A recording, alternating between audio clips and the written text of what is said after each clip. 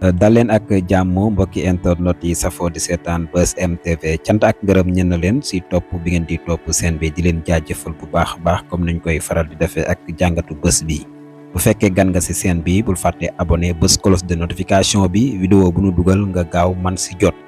victoire pour Bassirou Diomaye Faye bu fekkee ne élection yi campagne bi ak ni muy doxee nii noonu lay continuer Bassirou Diomaye Faye dafay gagné élection yi premier tour. loolu dinañ si dikk ak ay jàngat président Macky Sall dafa libéré kii di Bassirou Diomaye Faye ngir mu wutu ko si palais bi loolu tamit dinañ si dikk ak ay jàngat ndax bul bi dafa mel ni dafa tourné kii di Amadou Ba candidat président Macky Sall la waaye dafa am leneen loo xam ne moo ngi si suuf loo xam ne jaxase na xelu doomu aadama yi ñu bari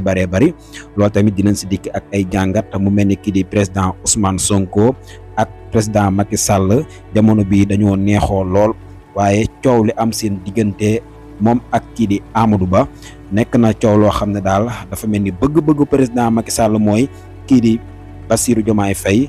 gagné loolu dinañ si dikk ndax am na ñu gisee nu ni mel. voilà élection présidentielle 2024 bu dee nii la continuer bu dee amul leneen luñ ci soppi moom kenn mënul tee Bassirou Diomaye Faye gagné ko loolu moom la ñu gis te loolu la ñu gis ne moo am voilà sénégalais yi dinañu jël seen carte dinañu votel opposition bi te Bassirou Diomaye Faye ñëpp gis nañu ne moom wax dëgg yàlla jamono ji moom gagné nañu ba pare. voilà lii nag Macky Sall xam naa xëy na peut-être bras de fer bi mu doon def ak Amadou Ba xëy na moo tax mu def lii Macky Sall dafa bàyyi lépp delloo affaire yi lépp ci yoon parce que xam na ne comme Amadou Ba dëgër na bopp bëggoon na changer candidat Amadou Ba dëgër bopp ne dee du ci dal ba nar a indi problème ci digganteem ak Macky Sall. moo tax Macky Sall moom it def li mu def daal di jël lépp bàyyi lépp mu sedd parce que xam na ne Macky Sall xam na ne bis bu ko bàyyee gars yi dinañ ko dóor yi metti moom xam na ko moo tax mu ne naa ko def rek lu ma ci am jël parce que Macky Sall li nekkoon ci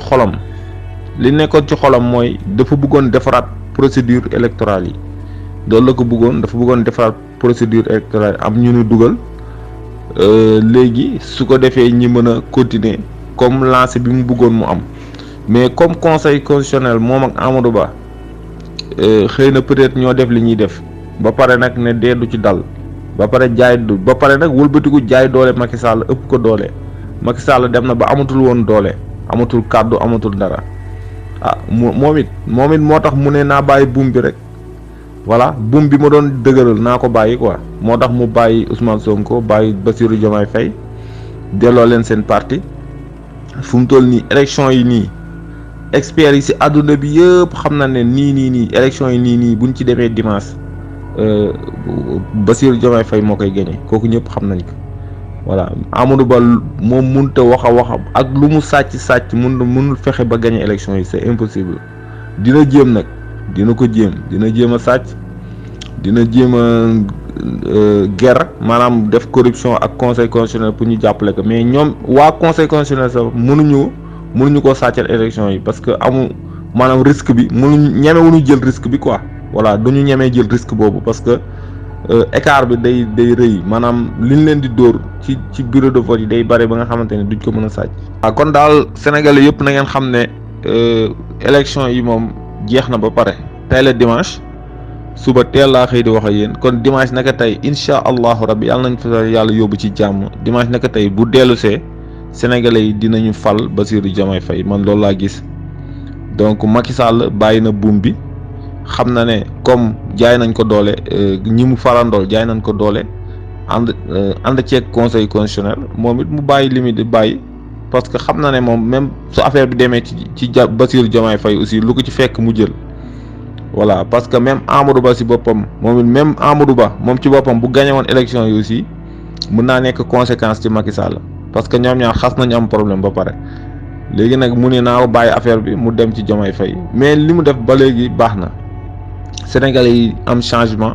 comme boobu léegi ñi ngi bëgg changement ba léegi baax na nañu dem ci changement après ñu xool ba xam ñoom liñ doon dig Sénégalais yi dinañ ko def wala suñ ko defee baax na sénégalais gis ci seen bopp buñ ko deful aussi sénégalais jëlee leen fi indi ñeneen. na ngeen xam ne nag man moom li ngeen may xëy di ma gis may message ci suba gi sax bëriwul su ma demee bay message rek xëy na peut-être sama vision la am na lu ma gis mais li ma gis moom mooy que ne nguur gi dem na ci Bassirou Diomaye Faye ba pare voilà loolu daal laa gis nguur gi moom dem na ba pare parce que lii moom lu leer la te fu mu toll nii semaine bi maanaam dugg nañ ci semaine bi déjà am na ñu bëri ñi ngi fàq di dem ci coalition Diomaye 2024 fu mu toll nii dana bëri ñi ci waa PDS yu dem foofu dana bëri ñi nga xam ne waa APR yi déjà gis ngeen déclaration yi ñu si bëri ñi ngi dem voilà nit ñi daal xam nañu affaire bi fu mu jëm donc Amadou Ba nag dina jéem mais lu mu sàcc mënul fexe ba gagner élection yi voilà léegi nag li ci des rek mooy na waa Pastef ak waa opposition bi nañu taxaw ñuy sécuriser affaire yi bu leen may dara bu leen may fu ñu sàccee ay bureau fictif ak yooyu yëpp bu leen ci may dara nañu taxaw superviser affaire bi ba nga xamante ne moom du ci mën dara dina jéem nag dina jël alalam yëpp dina jéem a corrompre juge yi conseil constitutionnel dina jéem a def ay bureau fictif dina jéem a joxe alalam yëpp dina ko ci def pour mën a gagner élection yi mais loolu du tax mu gagner élection yi. lu leer laa la wax xam nga man damay waxantu yow xam nga ma yow defe naa ci ñi ma gën a xam yow ci nga bokk man du may waxantu rawatina nag ma xëy suba teel di message ñi koy gis maanaam pour nga gis ko ci man sax yombul suba teel xëy di message kon donc li ma gis loolu la quoi maanaam nguur gi dem na ci Diomaye Faye ba pare lu leer laa la wax li audio yi kay soreetul une semaine maanaam dimanche bii di ñëw mooy élection yi audio yaa ngi nii audio yi moom defe naa ne bu dee ñëpp ñi ngi déglu audio yi moom mën nañ ko denc leen audio yi parce que li ma gis mooy Macky Sall dafa bàyyi affaire bi da koo bàyyi ak gars yi parce que problème bi loolu la mooy que ne Macky Sall dafa am ak problème ak Amadou Ba problème bi mu am ak Amadou Ba dëgër bopp bañ a dellu ginnaaw mu bàyyi affaire bi mu bàyyi ak gars yi te li mu def aussi c'est normal moom li muy bañ mooy dafa bañ dem ba pare ginnaawam di ñaaw moo tax mu def ko mais Bassirou Diomaye Amadou Ba moom mënut a gañ élection yi lu leer laa la wax. dina jéem nag Serigne Ngagne Amadou Ba dina jël alalam yëpp dina ko ci jéem a def dina ger gars yi xam nga conseil constitutionnel dina joxe xaalis dina def lu nekk voilà fépp fu mu war a def xaalis dina ko fa def mais mënul fexe ba gagner élection yi parce que affaire bi moo koy ëpp doole. voilà bul fàtte ne opposition bi yëpp ñu si ëpp ci opposition bi maanaam Diomaye Faye la ñuy woteel voilà te fileeg maanaam semaine bii ñu dugg nii sëñ Ngagne semaine bii ñu dugg fii ba ñuy dem ci fii ba dimanche maanaam fileeg élection yi di ñëw seetaanal te déglul bu baax li ma la wax di nga dégg ñu bëri fàq nañ dinañ dem ci coalition Diomaye Faye lu leer laa la wax maanaam affaire yi bu continuer nii maanaam yow Amadou Ba mënut a gagner élection yi kooku même ñëpp wax nañ ko Souleymane Jules Diop wax na ko Mimi Touré wax na ko experts yi gën a mag ci politique ci àdduna wax nañ ko mais Amadou Ba nu muy gagner élection yi Amadou Ba Macky Sall mi ko bëggoon jàppale sax Macky Sall déggoo li ma wax nee naa la bàyyi na buum bi Macky Sall dafa bàyyi affaire bi soo gisee Macky Sall lâché quoi dafa bàyyi affaire bi parce que delloo na Pastef seen parti de génnee na ñaari leaders yi. te kaay ma wax la Pastef bu njëkk ba benn leader la amoon muy Ousmane Sonko te jamono ji Pastef ñaari leader la am muy Ousmane Sonko ak Bassirou Diomaye Faye. Macky Sall li mu def sax xam ko Macky Sall jamono ji il a créé 2 leaders yow bu njëkkoon benn leader nga amoon muy Ousmane Sonko léegi yow nga créé ko def ko ñaar léegi ñaar la am muy Bassirou ak Ousmane Sonko voilà Macky Sall. fu mu toll dafa wanteer affaire bi dafa dem ba nekk ba nga xamante ne marché bi mi ngi waaj a jeex mu jël bagage yi teg ci mbedd mi ni lu waay am jël lu waay am fayal noonu la def maanaam daf ko wanteer dafa dem ba xam ne ci fin bi mu bàyyi affaire bi mais ñëpp xam na ne maanaam Macky Sall li mu naroon mooy narul woon génnee Diomaye ak Ousmane Sonko su fekkoon ne li mu bëgg am na kon du ko def su fekkoon ne lim bëggoon am na kon du génnee Bassirou ak Ousmane ci jamono ji bu boobaa bu élection yi passé ba ñu def passation de pouvoir wala yu demee noonu ci la naroon génnee ñooñu mais lan moo tax mu génnee leen ci jamono ji lan moo tax loolu c'est des questions à poser lan moo tax mu génne leen ci jamono ji voilà li tax mu génne leen wax naa la ko nee naa la Macky Sall lan moo tax mu génnee Bassirou ak Ousmane li tax mu génnee leen mooy cas d'affaire maanaam problème bi mu amoon ak Amadou Ba mu bëgg koo lijjanti parce que li mooy wax ji quoi maanaam Macky Sall li mu bëggoon mooy ñi defaraat procédure bi moom dafa bëggoon changer Amadou Ba ñi dugal Abdoulaye Daouda Diallo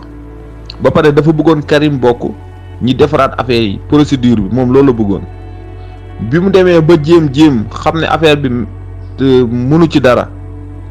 conseil constitutionnel téye nañ fi ñu téye ñi ci des téye fi ñu téye mu xool xam ne affaire bi mënu ci dara mu bàyyi nag affaire bi daan ni kon dem leen ci noonu mais loolu lii mu def aussi moom noonu la mën a def parce que xam na ne aussi même bu continuer day gën a metti ci moom bu continuer ci lancé bi mu bëggoon day gën a metti ci moom moo tax mu bàyyi affaire bi dem te xam na ne aussi bu Bassirou jëlee nguur gi aussi bon xëy na xam nga comme sénégalais bari na yërmande xëy na moom ak ay njabootam dinañ leen mën a baal yërëm leen mais gars yi ci des moom xam naa ni ñoo nar am problème moom ay ñoom Mame Mbaye Niang ak ñoom ñooñu gars yi nga xamante ne amoon nañu problème ak waa Bassirou yi moom day nawar waaw mais nag comme Sénégal moom dëkku maslaa la bon bu ñu gagné aussi nañu maslaa rek loolu la quoi mais xam naa ne moom li ma gis nii moom bu continuer Amadou Ba moom mënul Moussa Kawane ba gagné élection yi.